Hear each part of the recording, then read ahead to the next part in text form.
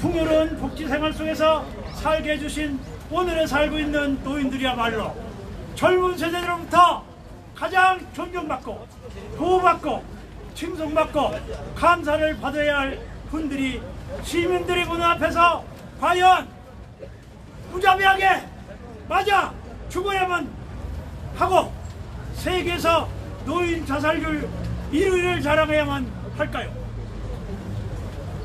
그러기에 이제는 우리 민족 고유의 전통적인 윤리도덕, 국민도의 민족정신을 바로 세울 이타적인 인간성을 회복시키는 홍익인간 거국전신을 바로 세워 국민민복, 국민행복 시대를 기필고 탄생시켜야 할 것입니다.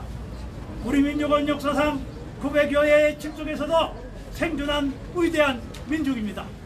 지금껏 한민족과 오늘의 대한민국의 생존이야말로 내 자신과 가정과 민족과 국가를 지키겠다는 초철한 효와 충, 경로, 스승 존경하는 민족 정기가 면면이 살아 숨쉬었기 때문입니다. 해방과 함께 5년 후 6.25라는 민족 상잔 비극의 전쟁의 참화 속에서 폐허를 딛고 박정희 대통령 각하의 주도하에 한국의 시장 경제를 압축적으로 성장시켜 세계 역사상 그 유래를 찾지 못할 온 세계 지도자들 모두가 칭송한 격찬한 기적과 같은 경이적인 눈부신 발전으로 한각의 기적을 이룩했습니다.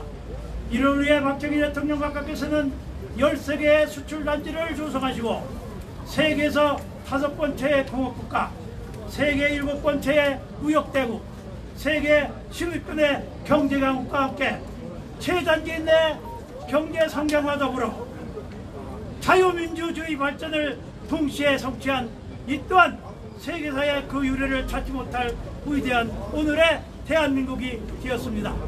이토록 우리는 경제적으로 분명히 국가 경쟁력 가치로 보아서는 잘 사는 나라가 되었습니다. 불과 6, 70년 전까지만 해도 세계 140여 개 나라 중에서 가장 못 살던 찌든 가난의 상징인 보릿고개 준공기 좁은 목표로 연명했던 가난 속에서 허덕인 우리 민족의 비참한 모습이었습니다.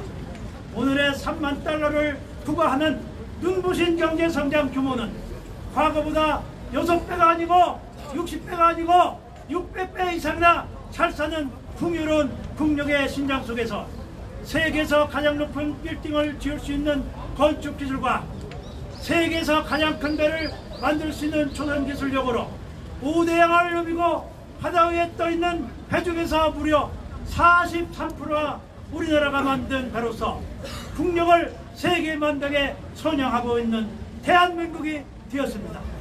그뿐인가요? 세계에서 가장 빠른 반도체를 생산하는 나라, 세계에서 가장 뛰어난 스마트폰과 TV를 생산하는 자랑스러운 오늘의 대한민국이 되었습니다. 이 모두가 우리 민족의 영웅이신 박정희 대통령 각하의 영도력이 아닐 수 없습니다.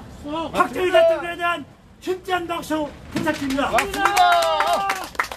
박정희 대통령 각하의 내 일생 조국과 민족을 위하시는 불굴의 도전 정신 속에 세계사의 기록을 남기시고 도전의 기록은 오늘날 세계적인 역사를 남기셨습니다. 이토록 그 유래를 찾지 못할 눈부신 경제성장 속에서 세계인이 놀라고 단기간 내에 현대 민주화를 이룩한 위대한 나라 자랑스러운 대한민국이 되었습니다. 그러나 한편으로는 짧은 기간 내에 기적과 같은 눈부신 경제성장과 함께 현대 민주화를 상징하는 자랑스러운 대한민국의 이름 뒤에는 세계 불명의 인류의 검은 그림자가 또아리를 틀고 우리를 내려다보고 있습니다. 이는 극심한 온갖 갈등 속에서 오늘의 경제성장의 주역인 80세 전후세대가 노인 자살률 세계 1위, 흡연율 1위, 교통사고율 1위, 저출산율 1위, 노인 빈곤율 1위, 이혼 증가율 1위, 낙태율 1위, 청소년 자살률 1위, 청소년과 어린이 행복지수 세계 연속 꼴찌 등 온갖 분야에서 절망의 늪 속에서 갈등과 분열과 투쟁 속에 방황하고 있습니다. 만일 우리나라가 이러한 비극적인 상황이 지속된다면 UN 인구문제연구소 옥스퍼드 인구문제연구소에서 발표한 바에 의하면 세계에서 제일 먼저 사라지고야만 한다는 경고의 메시지를 발표한 바 있습니다.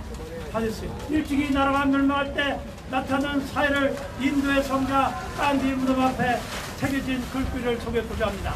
첫째, 원칙 없는 정치. 둘째, 노동 없는 부유. 셋째, 양심 없는 쾌락. 넷째, 인성교육 없는 교육. 다섯째, 도덕 없는 상업. 여섯째, 인간성 없는 과학. 일곱째, 희생 없는 종교라 했습니다. 오늘의 한국 사회가 이렇듯 위기를 맞고 있는 점을 생각할 때 간디 무덤 앞에 글귀를 탄환지석으로 삼아야 할 것입니다. 따라서 우리 국민 모두가 불안하고 두려움에 몸부림치며 떨고 있습니다.